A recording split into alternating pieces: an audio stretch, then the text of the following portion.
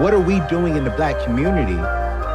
The number one consumer of a Mercedes-Benz is us. Us. The number one consumer of a Gucci and a Louis Vuitton, us. And they don't even advertise. Why is it that in the black community, we are always the number one consumer, but we're not the number one creators? So you just said it, the fact that there's consumers and creators. For so long, we assume success based on consumption.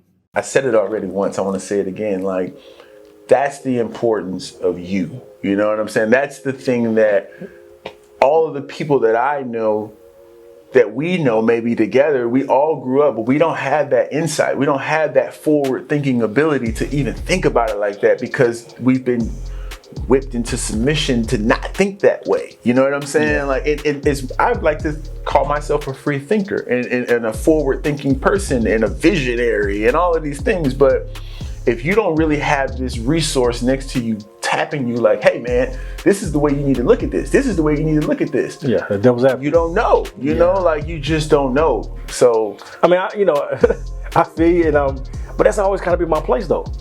You know, for me, even, coming up, we came up with a lot of cats that had a lot of basketball ability, football ability, a lot of athletes, all that kind of good stuff. And, we competed, and I like to think I did my thing, was able to, to go and, play a little ball and do a little something. And, used to hoop back in the day. My boy he had the bunnies back in the day, you know what I'm saying?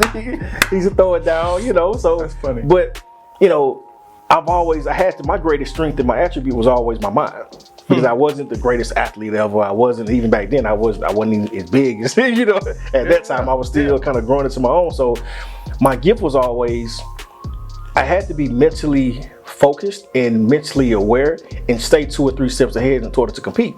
So I was able to take that and transition that, obviously to the business space. And I was always had a gift to kind of see what's coming before it comes. So when I'm making a decision, I'm not thinking about right now. I'm always thinking about the future. I don't make a decision for today thinking about tomorrow. I'm making a decision on the day thinking about 10 years from now.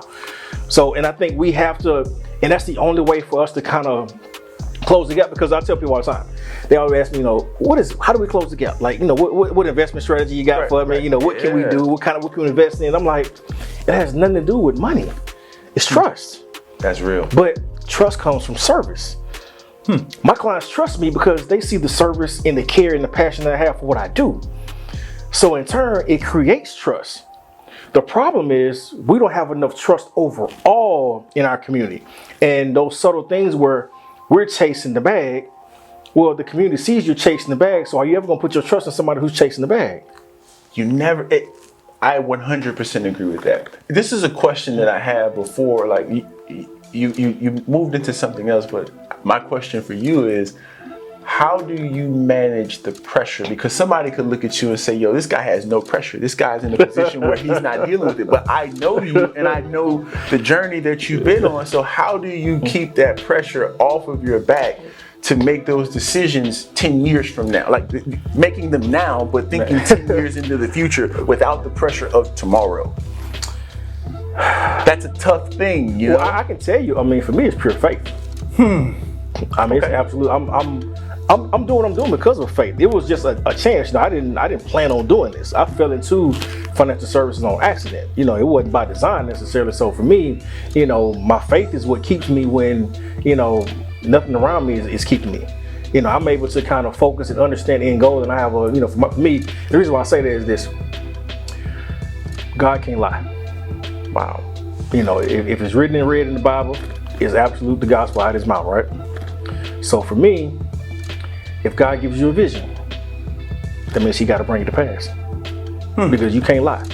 Now, I have to be connected to God to hear him, because the more things going on around me and the more pressure, the more I feel everything coming down on me, I have to stop, take a step back, because, God is not the master of confusion, the devil is. So for me, I pull myself back and I just kind of, center. Some people call it meditation, whatever it may be. For me, it's prayer. Wow. And I just take my time and I ask God to kind of speak to me. So for me, he tells me, say, okay, well, he'll give me a vision on what's going to happen. And, I walk around like I'm worth $1 billion, because God already showed me that, it's going to happen. It's not a matter of if, it's just a matter of when. But the test is, are you going to move like that before you actually have that? So for me, I'm gonna operate and move as if I already got it. So that directly affects my decision making. So if I can move like I don't have financial pressure like everybody else has, if I can move like I don't have social pressure like everybody else has, if I can remove that from the equation and I can operate as if I have everything I need and more, my decision making remains clear. So I always ask God, when I first started out, even in the business as an advisor, before I walk in a meeting or appointment, I was like, God, let your will be done. Do you and not me. Because if I go in making decisions based on what I want, my personal financial situation could dictate the information that I give, because I may be doing something to gain a profit for myself. That directly affects the client and the person I'm talking to. Absolutely. I never want to negatively impact or hurt anyone I deal with. So I always want to make sure that I'm giving the best, most honest, transparent information based on what God would have me to do, not what I want me to do. Because if I want to see what he showed me come to pass, that means I got to follow his steps. I got to listen. Now, that don't mean it's easy. So you have those, I have, struggles and pressures and stresses like anybody else. I have, payrolls and office rents and bills and things that have to be paid like everybody else. And that's why I said some people would look and think that there's not this amazing amount of pressure in some sense, or responsibility, not pressure. Well, you know what? For me, I embrace it, because too much is given, much is required. Like if you want a lot, you gotta be able to take on a lot. Most people don't. I tell you, this is real game. I spoke at a church one time and I said, most people really don't want to be great. They want to talk about it, because most people don't want the pressure and the expectations that come along with doing it. That's 100%. That's 100% because valid. People like to talk like, oh man, I want this, I want that, I'm going after this, I'm going after that. But what comes along with being great is, once I see you do something one time, there becomes an expectation of you to do it again and do it consistently. Most people don't want the responsibility and people looking at them saying, okay, now deliver.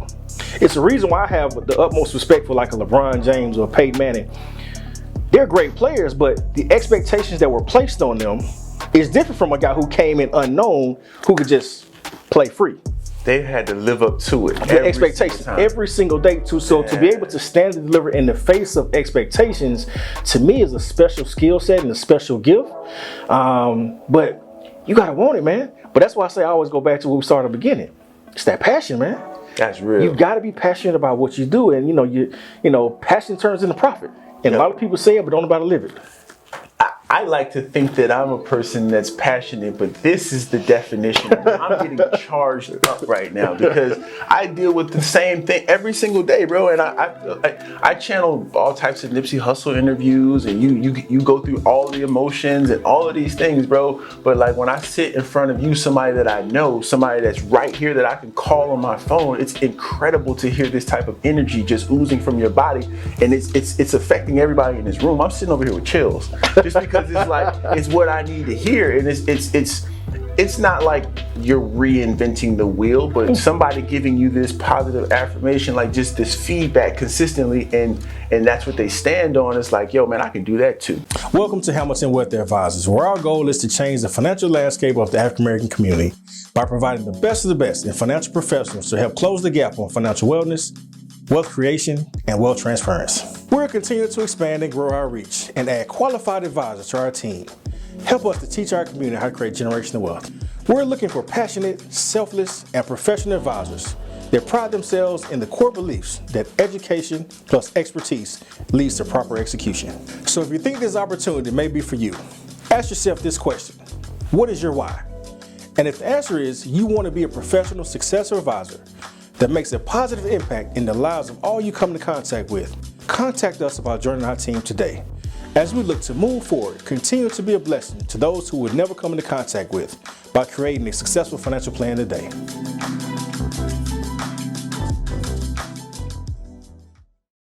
Welcome back to Closing the Gap. I'm back here with my man Ace, and man, we're gonna jump into kind of some info on the sneaker game, bro. Your boy been a sneakerhead for a long time, but you're a connoisseur, and understanding the differences and the types of sneakers and how it breaks down. So man, give me a little knowledge and kick it to us a little bit. See, man, something that a lot of people don't know is like, think in terms of sneaker accounts, right? Think in terms of like Foot Locker, Finish Line. Like that's where you can go buy, you know, general release stuff. People hear GR all the time and they don't really know what GR means. It's like general release. That means it's gonna be in other stores, you know, like in all stores, chain stores. Yeah. Then you got more things like Fear of God 1. This is gonna be boutique level only. Like this is gonna be positioned in from Chicago to New Orleans, 7 stores. You know, like this is something that's extremely limited because of the price point, because of what, you know, they want that brand to be as far as like for the consumer. When you talk about even Off-White stuff, like this is something that's in, you know, 25 stores in the country. You know, that, so when you start, you know, paying resale price of $1,100, $900 for these types of sneakers, it's because, you know, there's no distribution point for it in probably the place that you live. So when you talk about something like Concords or something like that, like, man, they might have had 300 pairs of those at Foot Locker, you know, on the west side, like in Western Hills Mall type of situation. It doesn't take away from that shoe. It just means like this is something that we put out from a distribution perspective that we want everybody to be able to buy, right? So that speaks to a kind of what we do, you know? We're a boutique business, so we would carry Fear of God. We don't work with Jordan currently, which may come in the future. It's just a different animal to be able to deal with. But like we would sell Off-White for Jordan at Alchemy. Like that would be our distribution point for Jordan brand. We would still carry, you know, Concords and Space Jams and all of these different things. Space Jam is not here, but Pantones. We would carry all of this stuff, but we would have it in, you know, 36 pairs, you know, 50 pairs. Something like Off-White 5, we would have 12, you know, because the distribution for it would be super limited, and we would be the only store in Alabama that carried that product. So there's tiers to this. So when we opened Nike in 2017, we started the conversation and relationship in 2016. There was one store that they opened in the central region in North America, and it was ours, you know? So this is like, it took me 5 years to get Ralph Lauren as an account. Like we literally played the back and forth game. I've been chasing Adidas for 5 years now, you know, like it's not something that you just fall into overnight. So when you go to these resale shops and you see these shoes, they went to a store like us, bought that product, and then put it online. If they didn't buy it from like this B grade, you know, unauthorized space that's kind of popular right now, people should be wary of that. But for the most part, there's no distribution for stuff like Off-White 5, for Fear of God. Even Zebra Yeezy was in a couple of places that Hibbett has, because Hibbett has 1,000 stores in one of their stores or 2 of their stores, because Hibbett Sports is a Birmingham-based business. They will get 1 or 2 stores that gets 12 to, you know, 30 pairs of these or something like that. But for the most part, this is product that you can't find, you know, so this is all limited stuff, and that's just the difference. We would carry that limited product in sprinkles of this, but our focus is to service the top tier customer. And the way that it really works is like, we service the tastemaker, right? Like we don't want to service the person that's motivated to go to Foot Locker. And that's not our business model, that's the boutique business model. We service the tastemaker. We're gonna have whatever the new futuristic feel is for whatever brand it is in store. And then they're gonna say, okay, let's see how it works. We're gonna put it on you. You're gonna walk around and influence everybody else. And then 8 months from now, 9 months from now, you'll find the dumbed down colorway at Foot Locker with less material. But we were the tastemakers that serviced you. So it's always gonna be super limited. So when you come in the store and we only add 12 pairs, it's because we were the only store in Alabama with those 12 pairs, and we really shouldn't even have them. It's just a lot of behind the scenes string pulling to get us this type of product to have the right representation for the brand. So people have always wondered why we don't have more, Bro, everything we do is allocated.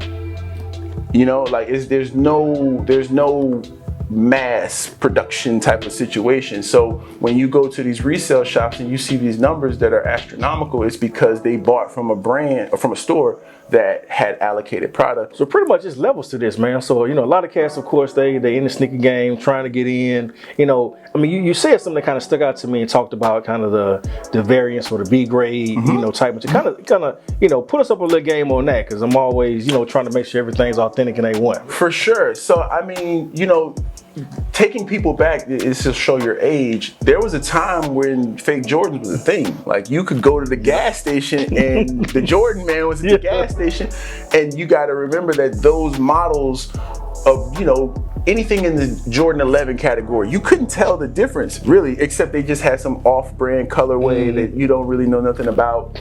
Now, 5 years ago, 7 years ago, they weren't getting these shoes right. Like they had, blemishes here and there. So just to break down what B grades are, just for that point first, is like every factory that's contracted to produce shoes, they have an inspection that they have to go through from the brand. Like let's use Nike as example. They have to go through an inspection with Nike to make sure that these shoes are delivered to this specific standard. And if they miss some of those points on the inspection, then 50 pairs before and 50 pairs after have to be discarded. They're supposed to be discarded and destroyed. That ends up on the black market, with the Chinese triad or something to that nature, because a lot of this stuff is coming from Asia. So it ends up in that space, and you start seeing it on all these aftermarket sites where they're selling for more. In this team early situation, it's because they've purposely made these shoes, and it may be something that's under the insole. It may be something that you don't even know, that you can't even see. But right now, there's a rate of fakes that's running around that's like 98% of what a original sneaker is supposed to be. It's just a high-grade, unauthorized sneaker. So just to give clarity on this, if you start bouncing around in some of these places and they have far more pairs than they should have, it's a red flag, because it's a problem for Foot Locker to have a lot of shoes right now. They got premium stores at the Galleria that don't even have their deliveries like they're supposed to. So how does Sneaker Shop B have 40 pairs of these, 50 pairs of these? It's because they're buying from a secondary market that doesn't even appear to be fake. And some of these people have built their reputations up big enough so that people trust them, like we've been talking about. And you get Bread Ones, nobody really knows, you know what I'm saying? Like, and it's 98% right, but they bought it for retail for $150, sold it to you for $400, and you got the box, you got the shoes, and you feel comfortable with it, but you really got snaked, you know what I'm saying? So anybody who has a bunch of shoes, to me, it's a red flag, because with the raffle system, with every store that you go to now, and all of these different things, like I'm not saying it's impossible, because relationships and money talk, but let's be real here, like how many places really have 50 pairs of this? This was a really limited shoe to get.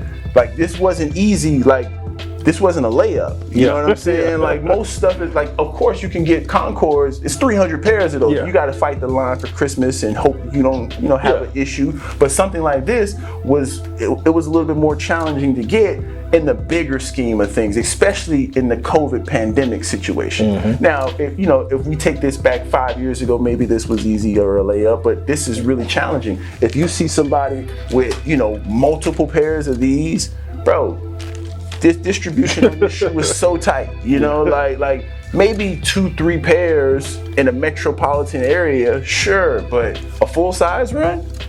No. You know what I'm saying? Like that should let you know, like right there, like if you're buying from reputable sneaker stores, like, online retailers or something like that, like Stadium Goods or Flight Club or something like that, and they get jerked too. With 98%, they have authenticators that are working in that space. They may not know, like there is 98% perfection rate when producing shoes now that are fakes. So even the authenticator who's going through the list that they have of things to check, they're getting past that now. So there's a lot of fake shoes on the market that people don't know nothing about. Wow. So it's almost scary to the point where if you're not buying with a receipt, you should be wary. Yeah. In a way, you know what I'm saying? Like if they don't have original receipt or you don't know where the distribution of that shoe came from, buying resale is really scary right now. It is. It's dangerous. This is why, you got to connect with the people that are professionals. If you care about having authentic products. A lot of people don't care. Well, for me, but what you are willing to wear and put in your body, to me, speaks volumes about who you are. For sure. Because if I want people to trust me, they need to trust what I got on as well, right? That's real. You are a representation. You know, you're a walking billboard. So, you know, if I treat myself as and I cast myself as an authentic person, I feel like my gift need to be authentic as well. And I got a pair over there I want you to take a peek at, you know, and grab. You see the box right there. It's great. Yeah, and we gonna. Oh, I thought I was gonna pull it out on camera, so I brought these now. These are, of course, as you can see, of course, the box is, you know, so some years old. You see, it's never been unboxed. They've been unboxed live on the on the fiber. Now these were my original OGs. Oh yeah. That never dropped my foot in. You know what's crazy? When I look at the box, first of all, the receipt's in here. So you already know what time it is.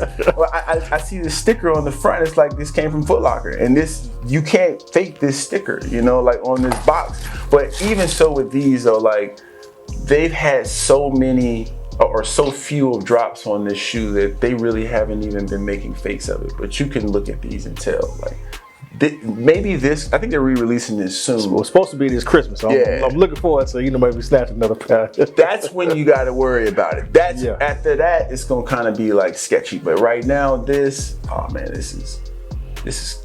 You know, I remember wearing these in high school. Like, well, yeah, man. You know, that's I mean, easy. Like I say, I mean, like I said, we've been doing this for a long time, man. Been in that sneaker game for a minute, of course. I might have got you this shoe, by the way. Yeah.